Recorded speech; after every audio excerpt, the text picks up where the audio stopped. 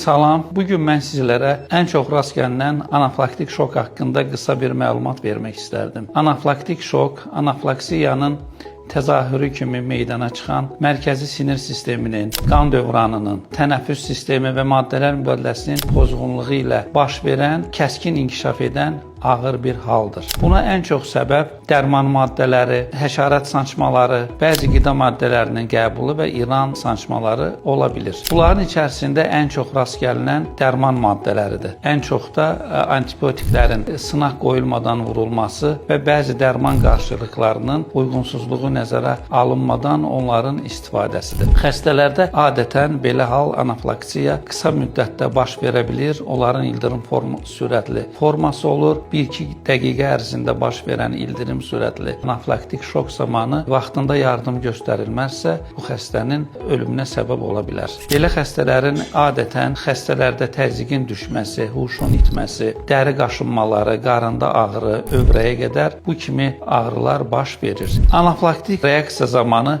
xəstəyə uzanıqlı vəziyyət vermək, başını Trendelenburg vəziyyətinə gətirmək, oksigenə terapiya, damar yolunu əldə etmək və damar yolu vasitəsilə xəstələrə infuzion terapiya, infuzion məhlulların köçürülməsidir.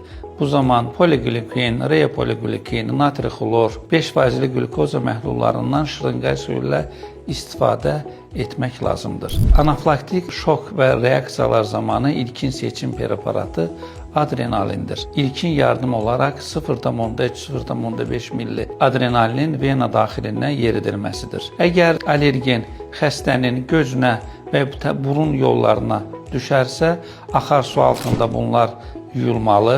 Mədəyə düşərsə isə mədə mexaniki üsulla yuyulmalı və xəstəyə aktivləşmiş kömür verilməlidir. Sonrakı etaplarda isə xəstəyə təcili yardım aktiv edilərək mütləq onların qospitalizasiyası təmin edilməlidir.